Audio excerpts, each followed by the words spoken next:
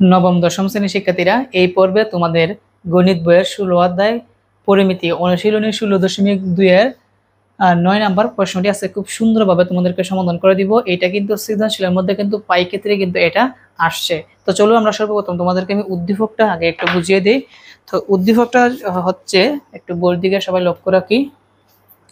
দেখো, একটি একটি সামান্তরিকের উদ্দীপকটা হচ্ছে, একটি সামান্তরিকের বাহুর দৈর্ঘ্য 30 সেমি এবং 26 সেমি, এর ক্ষুদ্রতম কর্ণটি 28 সেমি হলে অপর কর্ণের দৈর্ঘ্য নির্ণয় করো। তো শিক্ষার্থীরা, মজার একটি সূত্রের মাধ্যমে যে কোনো কর্ণের দৈর্ঘ্য তুমি বের করতে পারবা সামান্তরিকের ক্ষেত্রে। তো সামান্তরিকের ক্ষুদ্রতম কর্ণ দেওয়া আছে, বের করতে হবে অপর কর্ণ। তো এটা একই সূত্র।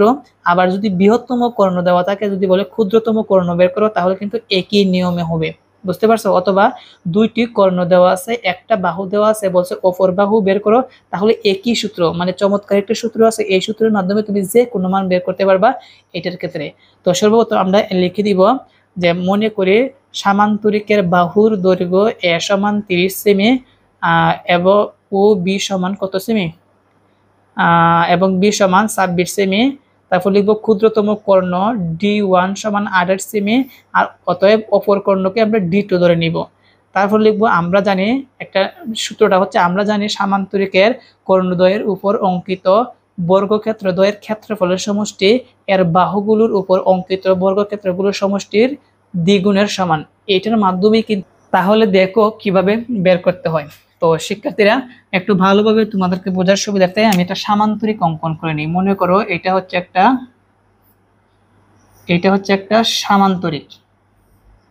ওকে, এটা যদি একটা সামান্তরিক হয়, তো সামান্তরিকের একটা বাহু হচ্ছে 30 আর একটা বাহু হচ্ছে কত, 26। ওকে, এখন এইগুলাকে কর্ণ বলা হয়। এইটাকে কর্ণ বলা হয় ক্ষুদ্রতম কর্ণ, এটাকে বলা হয় বৃহত্তম কর্ণ বলা হয়। তো এই জায়গার মধ্যে বলছে, এই নিয়মের মাধ্যমে কিন্তু তুমি যে কোনো মান, তুমি চাইলে এই কর্ণের মান বের করতে পারবা, এই কর্ণের মান বের করতে পারবা, অথবা বাহুর মান বের করতে পারবা, যে কোনো জিনিসের মান বের করতে পারবা সামান্তরিকের ক্ষেত্রে। তো সামান্তরিকের কর্ণদ্বয়ের উপর অঙ্কিত বর্গক্ষেত্রদ্বয়ের ক্ষেত্রফলের সমষ্টি। তো কর্ণ কোনটা, এই কর্ণটা আর হচ্ছে এই কর্ণটা। তো প্রথম যে ক্ষুদ্রতম কর্ণ আছে এটাকে আমরা D1 ধরছি, যেহেতু বর্গক্ষেত্রদ্বয়ের ক্ষেত্রফলের সমষ্টি, তার মানে বর্গক্ষেত্র দিতে হবে। তো দেখো কিভাবে লিখতে হবে। অতএব প্রথম যে কর্ণটা আছে এটাকে আমরা D1 ধরছি, তাহলে লিখবো D1 স্কয়ার, D1 স্কয়ার। তারপরে হচ্ছে, যেহেতু আমাদের এখানে বলছে সমষ্টি, তাহলে দিব প্লাস, পরবর্তী যে কর্ণ আছে এটাকে আমরা D2 ধরলাম, তাহলে দিব D2 স্কয়ার, D2 স্কয়ার। তো বলছে সামান্তরিকের কর্ণদ্বয়ের উপর, মানে এই কর্ণদ্বয়ের উপর অঙ্কিত বর্গক্ষেত্রদ্বয়ের ক্ষেত্রফলের সমষ্টি। তো আমি D1 স্কয়ার D2 স্কয়ারকে সমষ্টি দিলাম সমান, তারপর বলছে এর বাহুগুলোর উপর, বাহু কোনগুলা, এই যে বাহু, এই বাহুগুলোর উপর, এই বাহুগুলা। তো প্রথম বাহুটাকে আমরা কি ধরছি, এ ধরছি, তাহলে লিখবো এ স্কয়ার। হ্যাঁ, তারপরে যে বাহুগুলোর উপর অঙ্কিত বর্গক্ষেত্রের ক্ষেত্রফলের সমষ্টি, তো দিব সমষ্টি। তো আরেকটা বাহু কি, এটাকে আমরা কি ধরছি, বি ধরছি, তাহলে বি স্কয়ার। তো ক্ষেত্রফলগুলোর ক্ষেত্রফলের সমষ্টি মানে যোগ দ্বিগুণের সমান, তো আমরা দ্বিগুণ লাগাতে হবে, এই যে দ্বিগুণের সমান দিলাম। এটাই হচ্ছে সূত্র। তার মানে এই সূত্রের মাধ্যমে তুমি চাইলে যে কোনো মান বের করতে পারবা, কর্ণ বলুক বাহু বলুক, যে কোনো মান বের করতে পারবা। তো আমি সূত্রটা মুছে দিচ্ছি, চিত্রটা আমি লিখছি তোমাদেরকে বোঝানোর জন্য। এখন যার যার জায়গায় যার যার মানটা বসাবো বা দিব। দেখো D1 এর মান হচ্ছে 26, না সরি, D1 এর মান হচ্ছে 28, লিখবো 28, উপরে দিতে হবে স্কয়ার। আর D2 এর মান নাই, D2 এর মান নাই, সেজন্য প্লাস D2 স্কয়ারটা রেখে দিলাম সমান 2 এর জায়গায় 2 স্কয়ার, এর মান হচ্ছে 30, তো লিখবো 30, এর উপরে আছে স্কয়ার প্লাস বি স্কয়ার, বির মান হচ্ছে 26, দিলাম 26, উপরে স্কয়ার, এবং 2 এর সাথে ইনটু বোঝাতে আমাদের কি ব্র্যাকেট দিতে হবে, দ্বিতীয় ব্র্যাকেট দিতে হবে। বা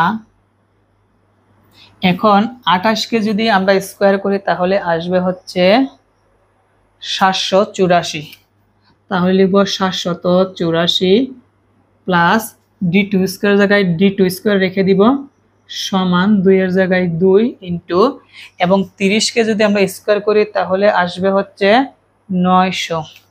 তো লিখব 900 প্লাস এবং 26 কে যদি আমরা স্কয়ার করি তাহলে 676 আসবে, তাহলে লিখব 676 বা 784 প্লাস d2 স্কয়ার সমান এই দুইটা যোগ করে 2 দ্বারা গুণ, এই দুইটাকে যোগ করে যদি আমরা 2 দ্বারা গুণ দিই তাহলে আসবে 3152 3152 3152 আসবে বা 784 না সরি 784 না d2 এর মান বের করব, সেটা লিখব d2 স্কয়ার সমান 3152, এটা আছে প্লাস, এই পাশে আনলে কি হবে মাইনাস হবে। তো আমরা যদি দুইটা বিয়োগ করি তাহলে আসবে হচ্ছে 2368, তো লিখব 2368। এখন ডির উপরে যে স্কয়ারটা আছে সমানের ওই পাশে গেলে কি হবে রুট ওভার হবে, তো দিলাম রুট 2368 বা d2 সমান, এখন এইটাকে যদি আমরা রুট ওভার করি তাহলে আসবে 48.66 আসবে। তার মানে অতএব আমাদের বইয়ের মধ্যে বলছে অপর কর্ণের দৈর্ঘ্য নির্ণয় করো, তাহলে লিখব অপর কর্ণের দৈর্ঘ্য এত।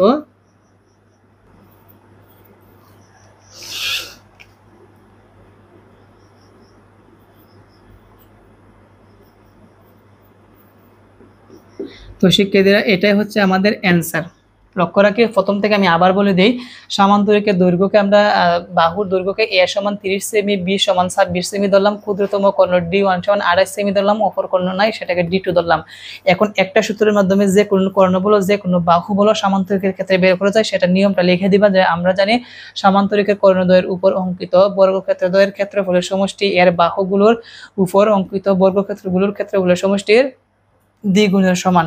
তো যেহেতু বলছে কর্ণদ্বয়ের উপর অঙ্কিত ক্ষেত্রফলের সমষ্টি, তার মানে d1 square plus d2 square সমান বাহুগুলোর উপর অঙ্কিত বর্গক্ষেত্রগুলোর ক্ষেত্রফলের সমষ্টি। তো বাহু কি ছিল স্কয়ার, এ ছিল, তার মানে স্কয়ার প্লাস বি স্কয়ার দ্বিগুণ, যেহেতু তার মানে 2 লাগাতে হবে।